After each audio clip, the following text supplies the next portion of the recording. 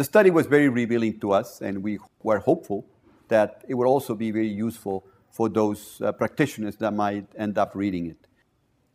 Each one of the cases goes into a lot of detail. We would like to think that lessons can be drawn, that each one of the practitioners would do an introspection of what things they might be doing that might end up leading them into the same direction as these MFIs that actually failed, and that corrective actions can and should be taken. Other than the specific conclusions that were driven or that were derived from each one of the cases, and maybe you could avoid too rapid control, and maybe investors and donors would be very careful in not providing an oversupply of funding that might erroneously incentivize management to push down into their credit officers for too rapid growth. Other than those specific lessons, there are three general conclusions that can be derived from the study.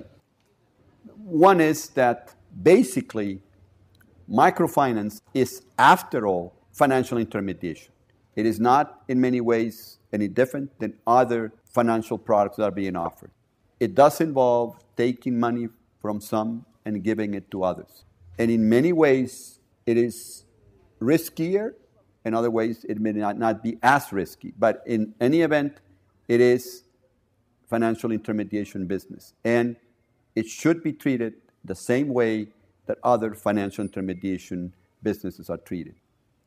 The same prudential rules that apply to banking and financial intermediation in general should be applied to microfinance. This seems so obvious, yes, but those of us who have been in microfinance for the longest time and have seen how simple and easy this seemed may be tempted to think that somehow microfinance was exempt from these prudential rules.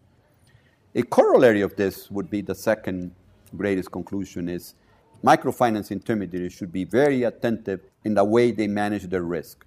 Not only credit risk, which is in many ways what microfinance intermediaries have been very good at, and thus having very good collection and low arrears, and in general, when they're doing it right, having a good methodology that results in very good portfolios.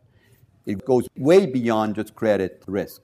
It includes operational risk, it includes liquidity risk, it includes foreign exchange risk, it includes systemic risk. Again, good credit risk management. And this is something that has to be done from the board down. It has to be the board that comes to understand, and it's the board that is ultimately responsible for establishing the credit appetite that the organization has.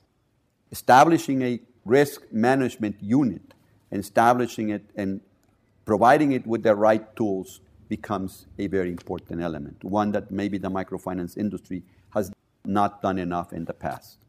Last but not least is the importance of governance, good governance, in the conduction of the microfinance business.